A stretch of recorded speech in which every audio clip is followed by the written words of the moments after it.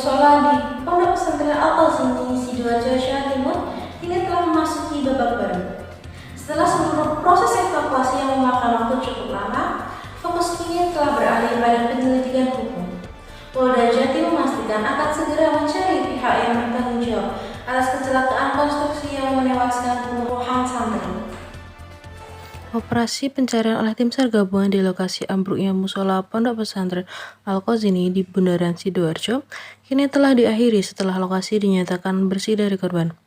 Berdasarkan rekapitulasi data terakhir, tragedi ini menelan total 167 korban. Angka tersebut mencakup 104 korban selamat yang mengalami luka-luka dan 61 korban yang meninggal dunia, ditambah temuan 7 body part atau bagian tubuh yang terpisah. Bahkan, data absensi Ponpes menunjukkan bahwa ada 2 santri masih dinyatakan hilang setelah operasi pencarian dihentikan. Seluruh korban meninggal dunia dibawa ke Rumah Sakit Bayangkara Polda Jatim di Surabaya untuk menjalani proses identifikasi forensik. Tim DVI Polri bekerja ekstra keras untuk mencocokkan data. Hingga Senin 6 Oktober 2025 sore, tim DVI berhasil mengidentifikasi total 17 korban jenazah. Seluruh korban yang berhasil diidentifikasi adalah santri dari pondok pesantren tersebut. Ada jenazah yang telah diserahkan kepada pihak keluarga atau wali santri untuk segera dimakamkan. Dengan berakhirnya evakuasi, fokus kini beralih sepenuhnya pada proses hukum. Polda Jatim memastikan akan segera memulai penyidikan guna mengungkap penyebab pasti ambruknya bangunan. Kapitumas Polda Jatim, Kombes Pol Julius Abraham Abbas, menegaskan bahwa tim penyidik akan mendatangi tempat kejadian perkara untuk mengumpulkan barang bukti khusus. Kombes Julius menjelaskan, proses penyidikan baru akan dilakukan setelah material bangunan runtuh benar-benar diangkat oleh Basarnas untuk memastikan tidak ada kontaminasi bukti. Sementara itu, tim ahli konstruksi dari Institut Teknologi 10 Maret ITS Surabaya yang terlibat telah memberikan temuan awal untuk membantu polisi mengamankan sampel krusial. Pakar konstruksi ITS Muji Irawan mengungkapkan bahwa polisi telah mengambil 8 buah petencor drill dan 20 buah tulangan besi dengan berbagai diameter dari lokasi reruntuhan. Sampel ini akan diuji di laboratorium kepolisian. Hasil analisis sementara menunjukkan indikasi kuat bahwa penyebab tragedi ini adalah kegagalan konstruksi akibat ketidakmampuan bangunan menahan beban dari kapasitas seharusnya. Temuan ini akan menjadi dasar bagi penyidik untuk menentukan apakah ada dasar unsur kelalaian atau pidana dalam proses pembangunan musola tersebut.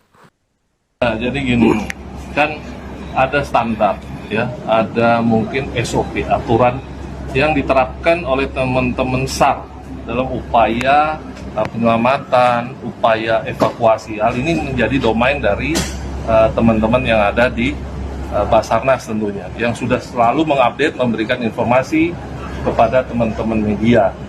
Nah, terkait dengan upaya penyelidikan, upaya penyidikan, ya, apakah nantinya akan diawali dengan TKP, itu udah pasti, ya. Pasti kita akan melangkah dari TKP. Namun TKP yang ada tentu bukannya TKP sebagaimana tindak pidana yang lain, ya. Oh, harus ada bukti yang memang benar-benar tidak terjamah atau terkontaminasi oleh hal lain. Nah, ini tentu berbeda, ya. Proses penyidikan yang ada dari teman-teman penyidik nanti tentu akan diawali, ya, setelah proses evakuasi ataupun pembongkaran, pembersihan sisa material bangunan robohnya bangunan pada Pondok Pesantren Al-Qazini Sidoarjo ini selesai. Nah, kami masih menunggu hal tersebut, informasi dari Basarnas bahwa terkait dengan pembersihan sisa material ataupun bangunan yang roboh ini benar-benar clear dan sudah tidak dilakukan lagi upaya lain.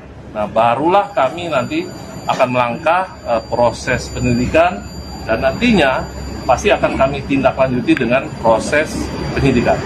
Penyelidikan yang dilakukan oleh Polda Jatim bertujuan mencari unsur pidana dari adanya kelalaian konstruksi.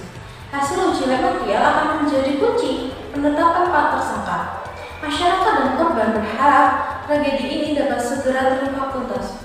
Saya, Kori Ailanisa, melaporkan.